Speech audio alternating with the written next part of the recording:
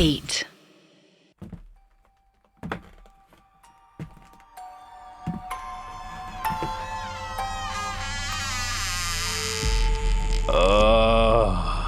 ध्रुव, कमरा नंबर 13 के अंदर जाने की हिम्मत सिर्फ 2 ही लोग कर सकते थे।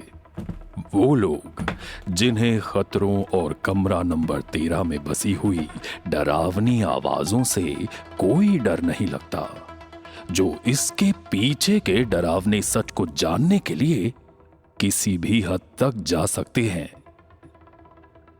या फिर वो जो इस कमरा नंबर 13 के राज के पीछे भागते भागते इसी में उलझ गया हो।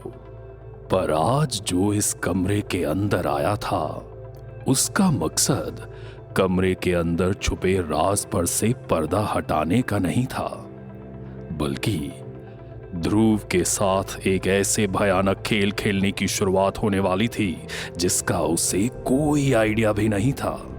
सफेद मास्क पहने उस आदमी ने ध्रुव के बेजान शरीर की तरफ देखा।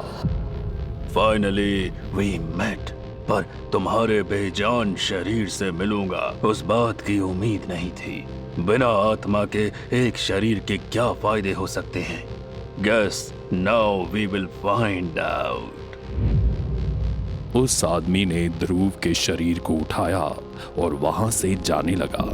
प्रेत नगरी के अंदर बंद एक आत्मा जिसका काम ध्रुव के शरीर पर निगरानी रखना था, वो चाह कर भी कुछ नहीं कर पाया। शायद इसलिए क्योंकि जिस शख्स को उसने अभी अभी देखा था, उस शख्स के इस जगह पर होने से नागेश की भी रूह तक कांप उठी थी, इतनी ज्यादा कि वो वहां खड़ा बस देखता रहा और उस आदमी को ध्रुव का शरीर लेके जाने दिया। थैंक गॉड,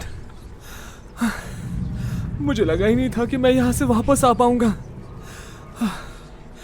काम शुरू करते हैं। मुझे जल्द से जल्द अपनी बॉडी के अंदर वापस जाना होगा।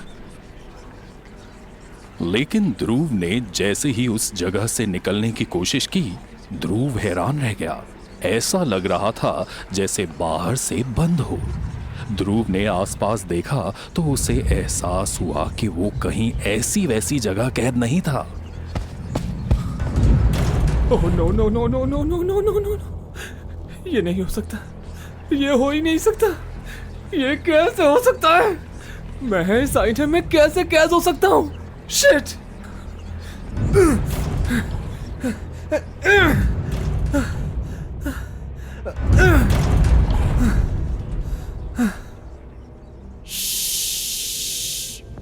हमें सोने दो। अरे यार, हम यहाँ अटके पड़े हैं और तुमको नींद आ रही है। अरे कोई तो मदद करो हमारी। तुम्हारी यहाँ कोई भी मदद नहीं कर सकता। मैं यहाँ खुद की मदद करने भी नहीं आया हूँ, मैं तुम सबकी मदद करने आया हूँ। मैं ईशा की मदद करने आया हूँ। कौन हो तुम? मैं जो भी हूँ, मुझे बस इतना जानना है कि ईशा की इस दुनिया से हम कैसे निकल सकते हैं। ईशा की इस दुनिया से तब तक कोई नहीं निकल सकता जब तक वो नहीं चाहेगी। तुम्हारा मतलब ये है कि ईशा नहीं चाहती कि वो अपने हेललूप से निकले? शायद नहीं। पर तुम लोग कौन हो? हमें भी ईशा ने तुम्हारी तरह मारा था। इन सारे आईनों में वो आत्माएं कैद हैं जो यहाँ से नहीं जा सकती। सामने टेबल पर एक कार्ड रखा है, उस कार्ड को ध्यान से देखो। ध्रुव ने जब ध्यान से उस कार्ड को देखा तो उसमें खुद ध्रुव की तस्वीर थी। उसके शरीर पर 10 तलवारें घोंपी हुई थी और ठीक उसकी तस्वीर के नीचे लिखा था 10 of Swords। ईशा आत्माओं को कैद कर रही थी? ऐसा ही समझ लो। उसने आज तक जिसको भी मारा है सिर्फ अपने कार्ड्स को जिंदा रखने के लिए मारा है। उसका ये कहना था कि वो इन आत्माओं को उनके बुरे अंजाम से बचा रही है। एटलीस्ट मुझसे तो यही कहा था। ध्रुव ने उस कैद आत्मा की सारी बात तो सुन ली थी, पर उसे ये समझ नहीं आ रहा था कि वो कैसे यहाँ से निकले। ध्रुव पीछे मुड़ा तो अंधेरे कमरे में उसे 3 परछाइयां दिखाई दी। एक आईने के अंदर ये 3 परछाइयां कैसे हो सकती हैं? इन्हें कहीं ईशा ने तो नहीं भेजा? कौन हो तुम लोग? कौन हो? आगे कदम बढ़ाने पर ध्रुव को एहसास हुआ कि वो कोई भी आम परछाइयां नहीं थी। वो टैरो कार्ड की वही ताकतें थी जिसे ध्रुव ने पहले भी देखा था। The devil, the high priestess and the hanged man. पर अजीब बात ये थी कि ठीक उनके सामने ध्रुव के कार्ड वाला कैरेक्टर जमीन पर पड़ा था। ध्रुव ने उसकी तरफ कदम बढ़ाए ही थे कि तभी अचानक से वो आदमी अपनी जगह से अपने आप उठने लगा था। देखते ही देखते तलवारों से गढ़ा हुआ उस आदमी का शरीर खड़ा हुआ और ध्रुव ने जैसे ही उस आदमी के चेहरे की तरफ देखा, वो हैरान हो गया। वो किसी और का नहीं बल्कि ध्रुव का चेहरा था। हमने तुमसे कई बार बात करने की कोशिश की, पर तुमने कभी हमारी बात को ध्यान से नहीं सुना।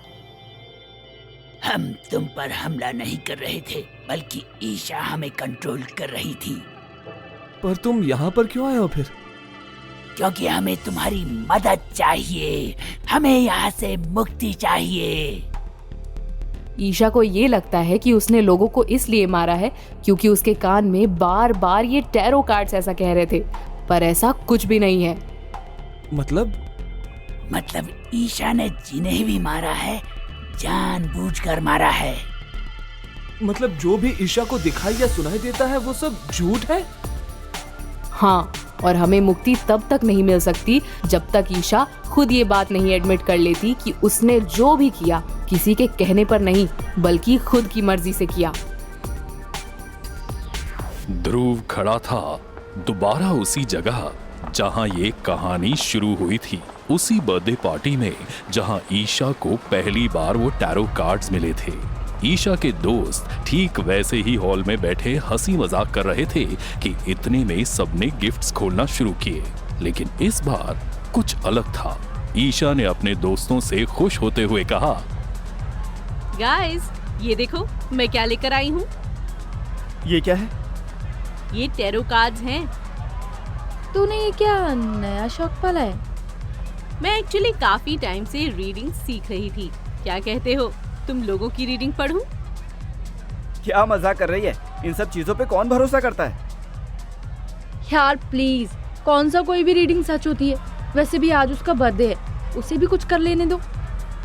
अच्छा ठीक है, फाइन, सबकी रीडिंग बताओ अब। ईशा ने अपने पहले दोस्त आदित्य को पास में बुलाया। एक कार्ड निकालो इसमें से। आदित्य ने एक कार्ड निकाला और ईशा ने उस कार्ड को आदित्य की तरफ दिखाते हुए कहा, द फूल। इस कार्ड का मतलब जानते हो? एक नई दुनिया तुम्हारा इंतजार कर रही है। पुरानी जिंदगी को छोड़कर एक नई जिंदगी की शुरुआत के लिए तुम्हें अपने पुरानी सेल्फ को भुलाना होगा। तभी तुम्हें एक्चुअल में वो मिलेगा जो तुम्हें चाहिए। ओके, आई एम होपिंग तुम मेरी नई बुचर शॉप की बात कर रही हो।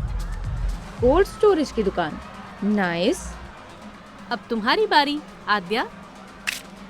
आदित्य के बाद आद्या ईशा के पास जाकर बैठी। वो थोड़ी डरी हुई तो जरूर थी, पर उसने फिर भी आदित्य की तरह एक कार्ड निकाला और ईशा बोली, द हाई प्रीस्टेस। इसका मतलब क्या है? अपने दिल की सुनो। तुम्हारे आसपास जो भी चीजें हैं वो वैसी नहीं हैं जैसी तुम्हें लगती हैं। That's pretty creepy. आद्या ने ईशा की बातें सुनकर अपने हाथ पीछे खींच लिए। ईशा उन दोनों को अजीब नजरों से देख रही थी, जैसे वो ईशा हो ही ना। I think हमें चलना चाहिए, काफी लेट हो रहा है। ईशा बस उन दोनों को जाते हुए देखती रही। आदित्य को खिड़की से ठीक ईशा के पीछे कोई नजर आया, पर उसे अगर उन सब में कुछ भी डरावना लग रहा था तो वो थी ईशा की आंखें। उसकी आंखें जो शरीर से किसी की आत्मा भी खींच ले। आदित्य डर के मारे तुरंत अपनी गाड़ी के अंदर बैठ गया और उसने सीधा गाड़ी का रुख अपने कोल्ड स्टोरेज की तरफ कर दिया। वहीं आद्या भी बस का इंतजार कर रही थी। ईशा अपने कमरे के अंदर गई और उसने एक बार फिर कार्ड शफल किए। ईशा ने उसमें से 2 कार्ड निकालकर जमीन पर रखे। ईशा ने ध्यान से उन दोनों कार्ड्स को देखा। सबसे पहले ईशा ने उसमें से एक कार्ड उठाया। उस कार्ड को देखते ही ईशा के चेहरे पर एक बड़ी सी मुस्कान आ गई और उसने अपनी धीमी सी आवाज में कहा, द फूल। आदित्य अपने कोल्ड स्टोरेज के शॉप के अंदर गया।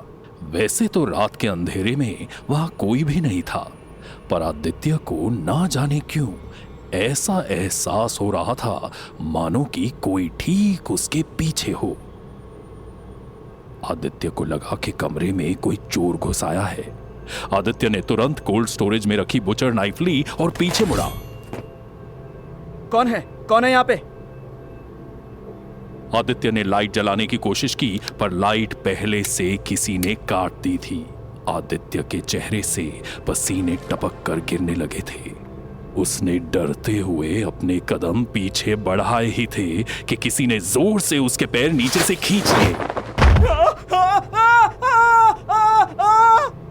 आदित्य ने मुड़कर देखा तो उसके ठीक पीछे ईशा खड़ी थी, हाथ में बुचर नाइफ लेकर। ये तुम क्या कर रही हो?